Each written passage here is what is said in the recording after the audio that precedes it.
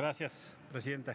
Buenas tardes, Vicepresidenta, Vicepresidente. Distinguida Asamblea, el Estatuto de Roma es probablemente el producto más acabado o de última generación del derecho internacional de los derechos humanos. El derecho internacional de los derechos humanos es una de las expresiones más acabadas que apuesta a la civilidad. Se ha construido esencialmente a partir de tragedias. La Declaración Universal fue la respuesta civilizatoria a la Segunda Guerra Mundial. En una apuesta para que intentáramos contener los conflictos, pero el siglo XX arrasó en una enorme cantidad de conflictos. Las tragedias de Ruanda y de otros países dispararon la necesidad de la Corte Penal Internacional. Hoy es un instrumento que apunta a detener las atrocidades y los delitos de lesa humanidad. ¿De dónde viene el concepto de lesa humanidad? El concepto de lesa humanidad retoma de la experiencia francesa los delitos que avergonzaban al rey, les rois. De ahí la Revolución Francesa retoma el concepto para decir cuáles son las atrocidades y los crímenes que nos avergüenzan. Aquellas cosas que se cometen en agravio de toda la humanidad. Por eso es importante la Corte Penal Internacional. Los Estados miembros se reunieron 2 veces. Se reunieron ya en Uganda y se reunieron en Nueva York para armonizar este estatuto.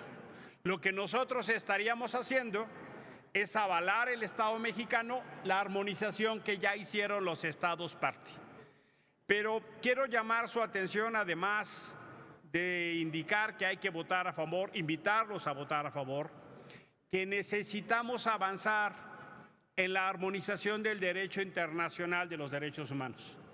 La Organización de las Naciones Unidas, el Sistema Interamericano de Derechos Humanos sirven, entre otras cosas, para avanzar en los mejores estándares de protección a las personas.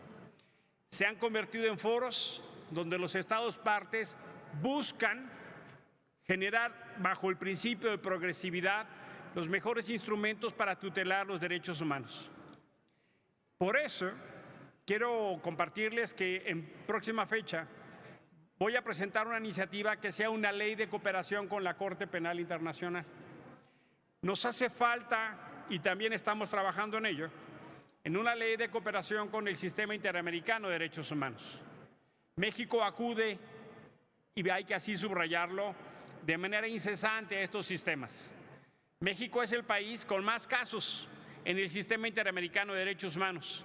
Hay 35 países miembros de este sistema y México representa alrededor del 34% de los casos. Solo México tiene el 34% de los casos en el Sistema Interamericano de Derechos Humanos. Algo no está pasando aquí bien, algo no sucede bien en este país, que la gente tiene que acudir a las instancias internacionales. Qué bueno que existan, pero ¿por qué se tiene que acudir a las instancias internacionales cuando tenemos una entidad como la Comisión Nacional de Derechos Humanos que tiene un presupuesto de más de 1,000 millones de pesos y no está resolviendo? Tenemos que reflexionar entonces cómo armonizamos de mejor manera. Tenemos que implementar, y regreso al tema de la Corte Penal Internacional después de este corchete del sistema interamericano, porque hoy por hoy el Estatuto de Roma también sirve como una especie de código penal internacional, pero en nuestra legislatura no tenemos establecidos claramente, como se han establecido en los estándares internacionales, los delitos de genocidio, los crímenes de lesa humanidad, los crímenes de odio y los crímenes de agresión. Y eso tiene que ver incluso con la comisión de este tipo de barbaridades cuando no son por agentes del Estado. Hemos sido testigos de atrocidades que han cometido integrantes de la delincuencia organizada. Tenemos que reflexionar de la mejor manera cómo armonizamos este Código Penal Internacional en la legislación mexicana. Y por eso creo que, retomando lo mejor del derecho internacional de los derechos humanos, no solo hay que votar a favor de lo que los Estados parte de la Corte Penal Internacional han decidido, sino que generemos la condición de la mejor protección de las y los mexicanos, producto de la aplicación del derecho internacional acá. Hoy, conforme a la reforma constitucional, se ha superado esa vieja noción de las garantías individuales y hoy tenemos ya derecho nacional de fuente internacional. Por su atención, muchísimas gracias y les invito a votar a favor. Muchas gracias, presidenta. Muchas gracias, senador Emilio Álvarez y Casa. Al no